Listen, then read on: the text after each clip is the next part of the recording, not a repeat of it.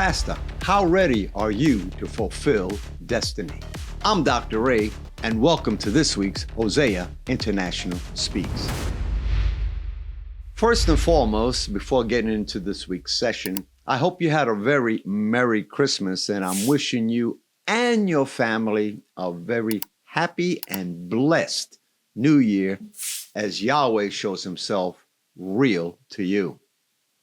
Now, with that said, let's continue on the characteristics of the church.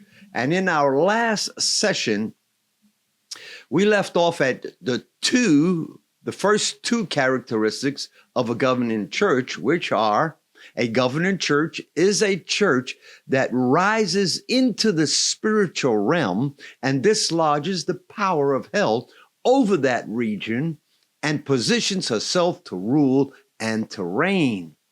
And the second characteristic is a church repositions herself spiritually to become the stronger man over the demonic forces and overrules the activities of the enemy. With that, let's look at the third characteristic of a governing church. A governing church is a church that exercises territorial control and influence over the entire regions to which she has been called to. That is, she becomes the gate or the entrance point for Yahweh and his angelic forces to reach into the city and region. Remember, the church is not exercising control over the lives of individuals. Only the forces that come to steal, kill, and destroy the lives of people. The keys of the kingdom to bind and loose have been given to the church. She needs to use them. She keeps the heavens open and hell shut over that region. She has the power to open and shut doors in the given locality, that which Yahweh has given to her. Matthew chapter 16, verse 19 says that the keys of the kingdom have been handed over to the church to bind and to loose. I want you to understand that the Greek in this is anything that has already been bound in heaven is bound on earth, and everything that has been loosed in heaven can be loosed on the earth. The fourth characteristic of a church is a governing church must take upon itself the responsibility to keep the spiritual climate over the region conducive for Yahweh and his angelic forces to move. That is, the church is responsible to keep the heavens open in that redeemed area. She has learned to become a builder in the spirit world, creating the holy habitation for Yahweh in the spirit realm over the region. She brings not only Yahweh's omnipresence, but she brings Yahweh's manifested presence into that region.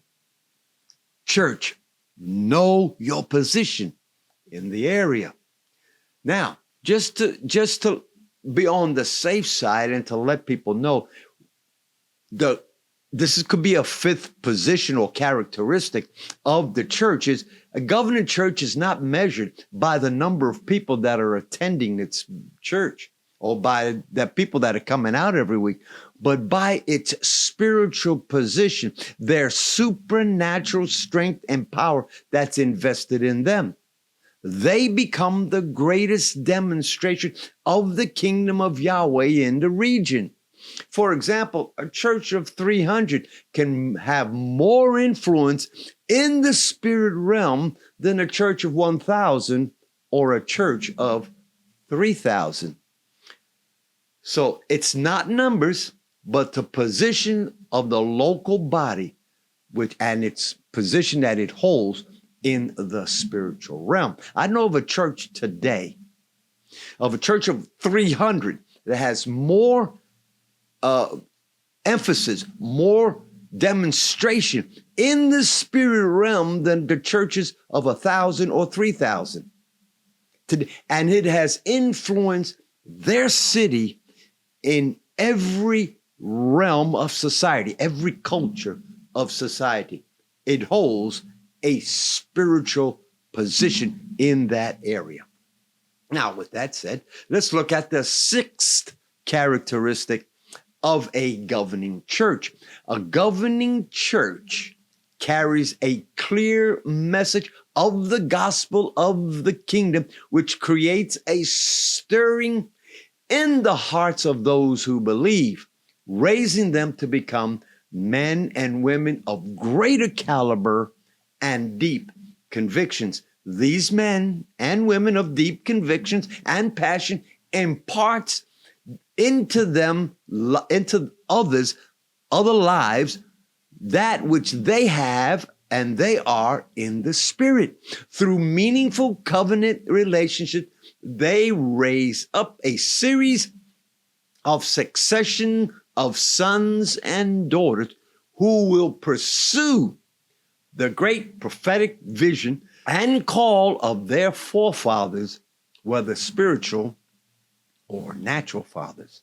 In other words, if your natural father has died, you might want to seek out a spiritual father in order to be connected once again.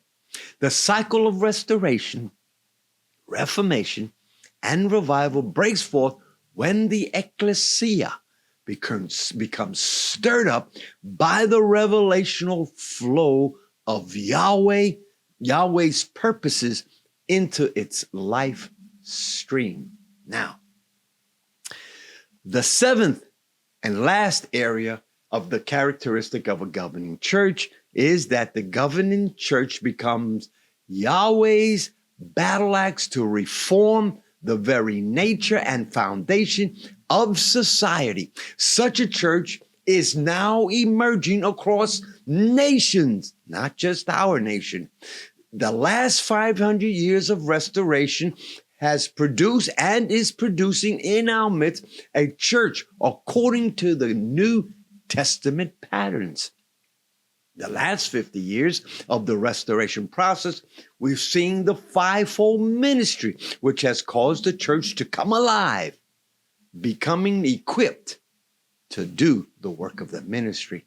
She is rising in the knowledge of the Son which he possessed in his relationship with the Father.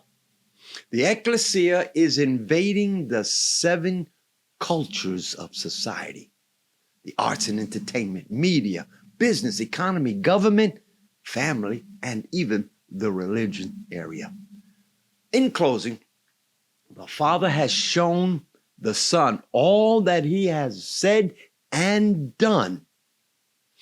And the church is coming into that same dimension. The members are moving forward, from being saints to becoming sons. And the sons are being brought up to partake in the inheritance and not just in the blessings. Such a hope lies before the church today. Her beauty and maturity can only materialize in fullness if we build her for that destiny Yahweh has for her. And that is a glorified church. Well, if you enjoyed this week's session, go ahead and hit the like button. And if you have yet to subscribe, now would be a good time. And you can email me or write me at hoseainternational@yahoo.com or hoseaintspeaks@gmail.com. You can also give by scanning one of two QR codes, which you have there on your screen. Well, I'm Dr. Ray, and I'll see you next week on Hosea International Speaks.